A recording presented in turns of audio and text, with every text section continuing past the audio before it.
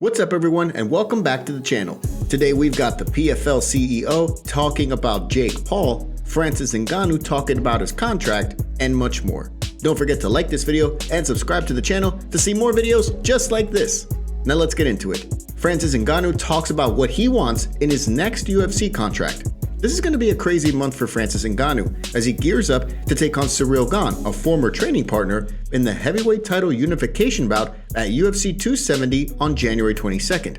He's also in the middle of contract negotiations with the UFC, looking to get not only more money per fight, but he's also looking to have a clause that would allow him to fight boxing while still with the UFC. Save for Conor McGregor, the UFC has never allowed fighters to take professional stand-up fights outside of the promotion. Ngannou has even said he wants to test himself in boxing with the best heavyweights in the world, the likes of Tyson Fury and Deontay Wilder. Ngannou is on his last fight of his current UFC deal, and if he wins the undisputed title on January 22nd, it would trigger the Champions Clause, which essentially extends their contract for another year or by 3 fights, whichever comes first. This would be a tricky thing for Ngannou, as this would give the UFC the ammo necessary to stall negotiations for a new deal, and Ngannou's plans with it. In a recent interview with ESPN's Brett Okamoto, Ngannou made it clear that this is his last fight. No. So if you win on January and you do not get a new contract, you would? No, I will not fight for 500,000-600,000 anymore. I mean, it's over. Yeah. It's over. I just did this. I took this fight just, for a personal reason and because I want to make sure that regardless. Ngannou later went on to refute the idea that he is taking a big gamble with his career and said the promotion's level of interest to get a new deal done is tepid at best. But what do you make of Ngannou's comments here? And how do you think this whole thing will play out? Gilbert Burns is open to take on Khamzat Chimaev in Brazil. Gilbert Burns says he's looking to get back into title shot contention, but if the opportunity arose to take on the surging Khamzat Chimaev, he wouldn't turn it down.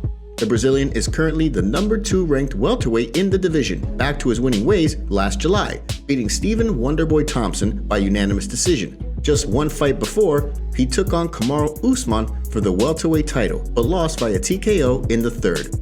On the other side, you have Khamzat Chimaev, who is bringing the hype train with his 4 straight UFC wins, all finishes, and has never gone past the 2nd round.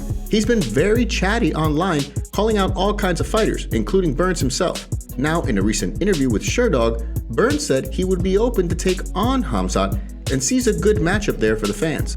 I think he's a very good matchup. It's a tough matchup. He's a very good Chechen, wrestling, Russian wrestling, very good sambo. And I'm a grappler, but I'm a striker as well. So he can strike as well. So I see a very good matchup. He went on to talk about how he's looking to get on a fight card in his hometown of Rio de Janeiro in Brazil, which is where the UFC will have an event sometime in May. What do you think about Burns being open to take on Khamzat? And who do you think takes the W here? Strong chance that Jake Paul really does sign with the PFL. Jake Paul has been talking about potentially moving into MMA and has even started training his kicks in a recent Twitter video in which he tagged Bellator and the PFL with a caption that read, "First day training kicks, doubted every step of the way, but kicked down the doors of the doubters." Well, the YouTuber turned boxer has been turning a lot of heads with his run of wins, including 3 over former MMA champions. Paul has put his money where his mouth is with boxing, and when it comes to MMA, it looks like he's creeping slowly into the cage. He does have a wrestling background and has been training in the Sweet Science for a few years, one promotion that is making it clear that if Paul is serious about going into MMA, so are they, and that's the PFL. Case in point, this is what PFL CEO Peter Murray told MMA Junkie this week. Hey, listen, if any major athlete that is considering and wants to get into MMA, of course the PFL is in the conversation. What the PFL is about is offering fighters opportunities and fans access to great events. Jake has certainly got a large global following. He's got a strong point of view. He's a real athlete and he's established himself in boxing.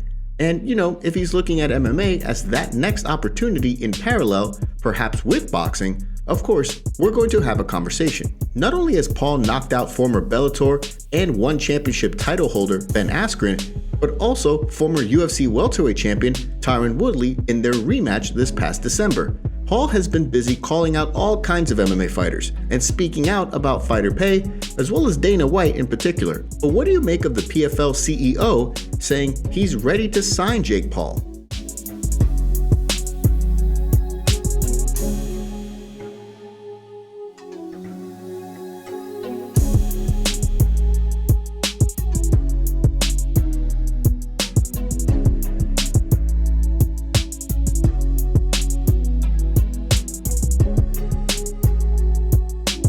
Don't forget to take a second to hit that like button and subscribe to the channel to stay up to date on all the latest fight news. Molotov cocktails thrown at Conor McGregor's pub in Ireland. Petrol bombs, or Molotov cocktails, were thrown inside Conor McGregor's newly renovated pub in Dublin, Ireland this week, the Black Forge Inn, but luckily no injuries were reported over Wednesday night's incident.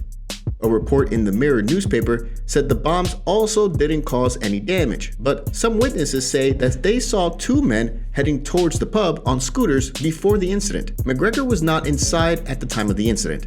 The Irishman bought the property back in 2019 for a reported 2 million British pounds and renovated it over recent months.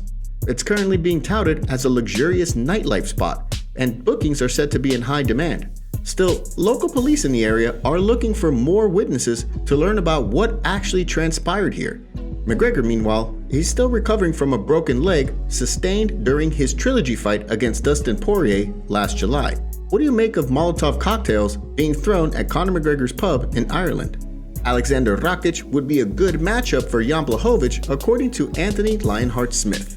Jan Blachowicz hasn't fought since losing his light heavyweight title to Glover Teixeira last October, but he's still one of the top guys in the light heavyweight division. Blachowicz is currently preparing to take on Aleksander Rakic, who is currently ranked number 3 in the division, on March 26th to headline a UFC Fight Night event. If you ask Anthony Lionheart Smith, the fight with Aleksander Rakic is actually a good matchup for Blachowicz. Smith lost to Rakic in August 2020 via decision, and Smith remembers his leg getting chopped down by the Serb's powerful kicks. Rakic also has a devastating head kick KO of Jimmy Manuwa on his record. But according to Smith, Blachowicz has shown that he's great at dealing with kick-heavy fighters, citing his last bout with Israel Adesanya, impressed at the then light heavyweight champ's performance to nullify Izzy's kickboxing. On the Believe You Me podcast with Michael Bisping, Smith talked about how Blachowicz would be able to deal with a fighter like Rakic. Jan Blachowicz is obviously kind of a forward pressure guy, likes to stay in boxing range. I think he deals with the kicks well. I think he's the better wrestler. I short of a big knockout, I think that the more technical guy and the guy that has more ways to win is Jan Blachowicz. But Blachowicz has stated his willingness to get back into the title shot picture, and a win over Rakic, an up-and-coming fighter, would serve him well for this. What do you think about Anthony Smith's praise of Blachowicz? And how do you think this fight will end on March 26th? Thanks so much for joining us today and catching up on all things MMA. What do you make of what's going on in the fight world? Make sure to like this video and subscribe to the channel to stay up to date on all the latest news from the MMA world. See you next time.